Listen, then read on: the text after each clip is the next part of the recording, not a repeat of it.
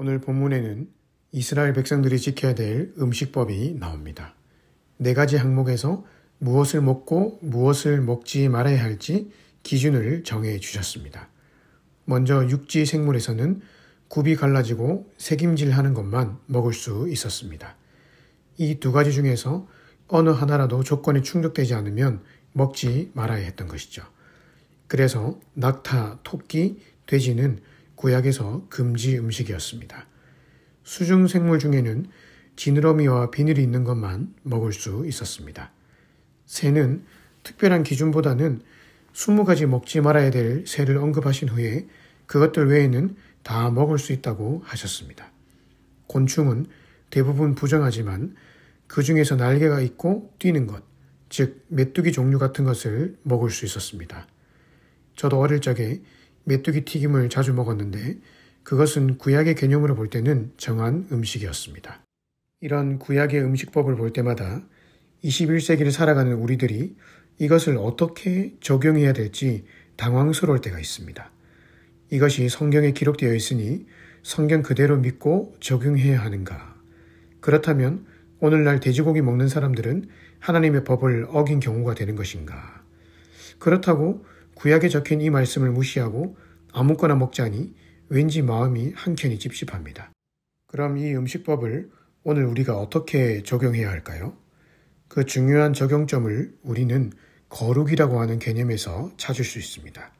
쉽게 말하면 무엇이 거룩하냐라는 것이죠. 그것은 바로 하나님이 정하신 법대로 살아가는 것입니다. 사실 구약에 하나님이 정하신 음식법에는 어떤 원리와 원칙이 있는지 지금까지 명확히 밝히는 사람은 아무도 없습니다. 신학자들 사이에서도 왜 하나님이 음식법을 이렇게 명령하셨는지 그 기준점을 연구하고 찾다가 의견이 6가지로 나뉠 정도로 우리가 쉽게 알 수 없는 영역이죠. 하지만 그 기준점을 알 수 없어도 한 가지 우리가 알 수 있는 것이 있는데 이스라엘이 거룩한 삶을 살기 위해서는 하나님이 정하신 법대로 살아야 했다는 것입니다. 하나님이 돼지를 먹지 말라고 하셨으면 먹지 않는 것, 그것이 바로 거룩이었죠. 하나님이 메뚜기는 먹을 수 있다고 하셨으니 하나님이 먹으라고 하신 것들 위주로 먹는 것, 그것이 바로 하나님을 경외하는 삶이었고 거룩한 삶이었습니다. 그래서 레위기 11장 45절에 보면 이 음식법을 주신 목적이 기록되어 있습니다. 나는 너희의 하나님이 되려고 너희를 애굽 땅에서 인도하여 낸 여호와라. 내가 거룩하니 너희도 거룩할지어다. 즉, 이 음식법을 통해 하나님이 이스라엘에게 원하시는 것은 바로 거룩이었다는 것이죠. 그리고 그 거룩은 하나님이 정해놓으신 법 안에서 사는 것입니다. 비록 그 법이 잘 이해가 되지 않고 다소 불편함이 있어도 하나님의 생각이 나보다 더 크시다는 것을 인정하며 그분의 성품을 신뢰하며 순종하며 따라가는 것이 바로 거룩이라는 것입니다. 그렇다면 이 음식법을 통해서 하나님이 오늘 21세기를 살아가는 우리에게 원하시는 것도 무엇인지 발견할 수 있습니다. 그것은 바로 오늘 우리가 하나님이 정해놓으신 범위 안에서 그 바운더리 안에서 살아가는 것입니다. 물론 구약에 나타난 음식법은 예수님이 오신 이후로 효력이 없어졌습니다. 왜냐하면 이 음식법은 그 당시 유대인들에게 그 특수한 상황에서 주신 특수한 법이었기 때문입니다. 하지만 그 율법의 정신은 아직도 유효한 것이죠.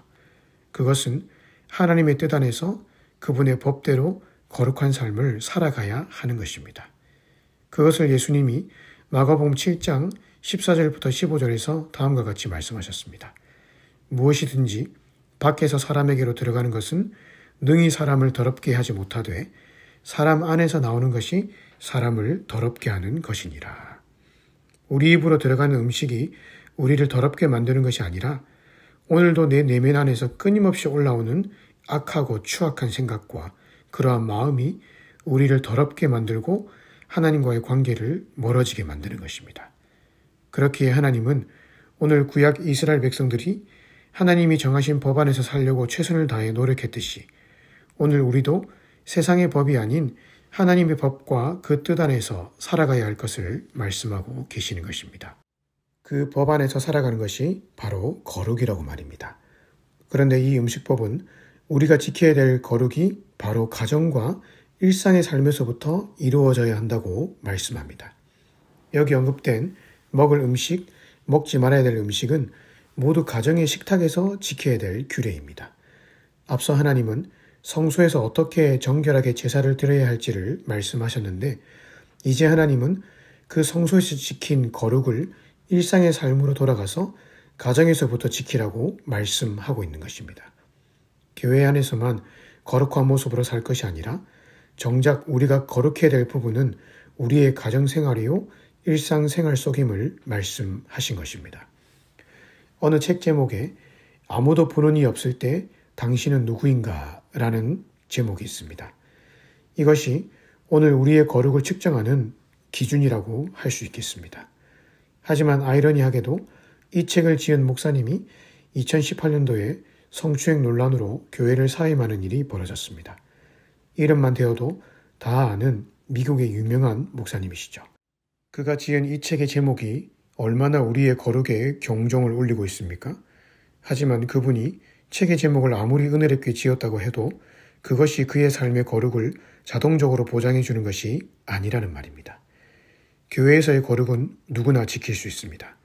하지만 아무도 보는 이 없을 때조차 하나님의 법을 따라 산다는 것은 많은 노력이 필요한 부분인 것이죠.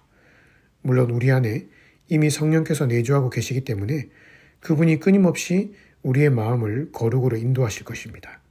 하지만 그 음성에 반응하여 무엇을 선택하며 살아갈지는 우리의 몫입니다. 아무도 보는 이 없을 때 행하는 그 작은 선택 하나하나가 결국 우리의 미래를 결정지을 것입니다. 따라서 오늘 말씀을 통해 거룩한 삶을 향해 더욱 힘있게 나아가십시다. 거룩은 바로 하나님의 법 안에서 살아가는 것입니다.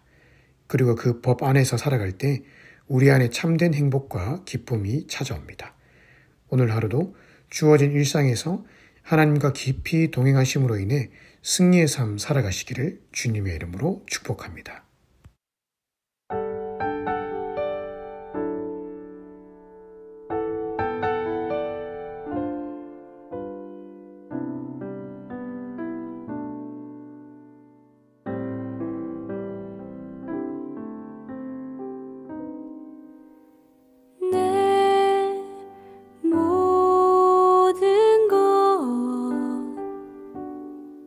나의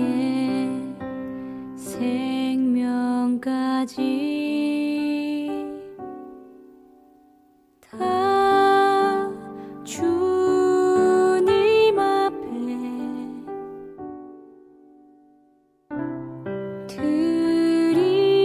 드립니다.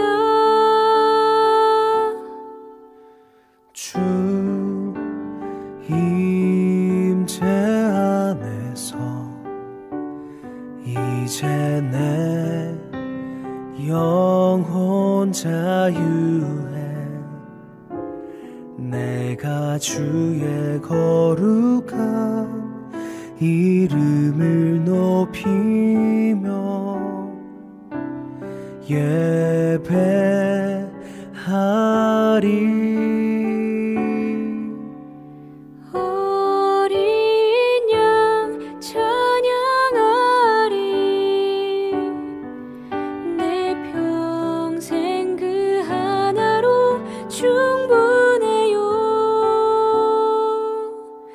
어린 양 찬양하리.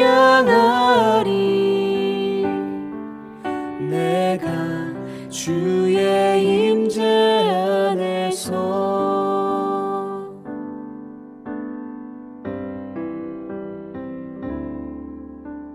내 모든 것 나의 생명까지 다 주님 앞에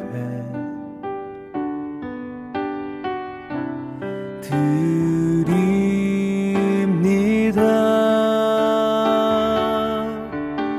주 임재 안에서 이제 내 자유해 내가 주의 거룩한 이름을 높이며 예배하리.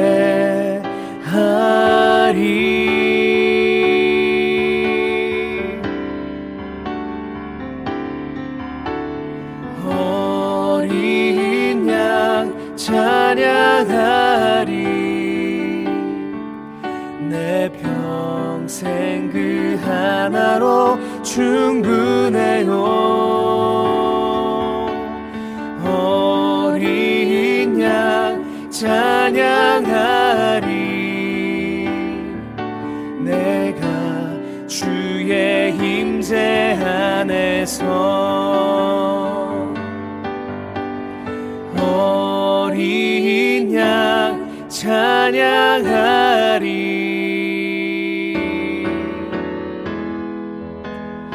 어린 양 찬양하리.